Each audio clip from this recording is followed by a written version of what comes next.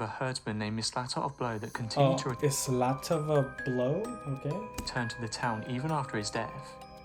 The undead Mislata would wander the streets while calling out the names of those he recognized as he passed them by.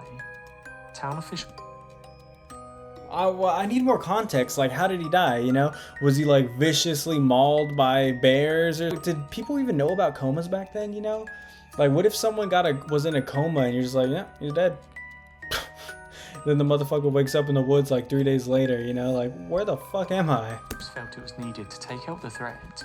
So, yeah, there's already context missing. Yeah. So the body of the Blow vampire was exhumed. Town officials felt it was needed to take out the threat. Damn, so the city council decided, yeah, yo, this Blow dude, you gotta go, like, type shit, like. So the body of the Blow vampire was exhumed, and a stake was pounded into its heart. That's kind of cold, bro. Unfortunately, that didn't do the trick.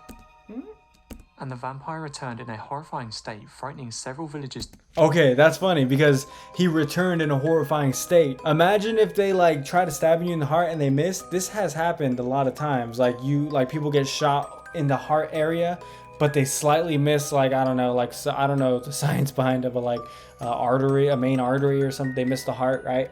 Like, yeah, if you get stabbed in the heart, but they miss and they hit somewhere that's like, you're gonna survive, you're gonna be fucked up. You're gonna be like fucking covered in blood, like half conscious, like drooling all over the place, like screaming for help. So yeah, he probably was in a frightening state if he survived that.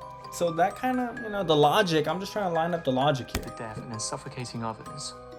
The vampire horrifying state, frightening several villagers to death and then suffocating others. I'm not gonna lie, like if I was in a village and they said like, yo, this motherfucker gotta go, and they were plotting on me, I didn't even know, then they tied me down, stabbed me in the chest, I survived, I wake up like later in the woods, like I said, like half conscious, like I'm like, yo, I'm getting my get back.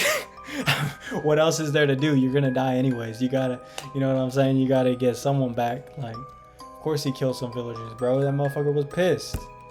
The vampire laughed at those that attacked him and even mocked them. Now The vampire laughed at those that attacked him and even mocked them. Now absolutely desperate, the villagers gave the vampire's sleeping body to an executioner who pierced it with several whitethorn stakes. Once he was finished, he then burned it. While the flames consumed the vampire, suffering screams of the undead could be heard by all. Well, of course he's screaming in the fire. I mean, it's not really any detail that further, you know, makes your argument that he's a fucking vampire.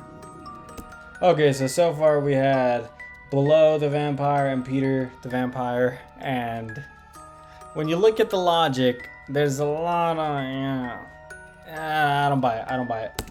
Either of them.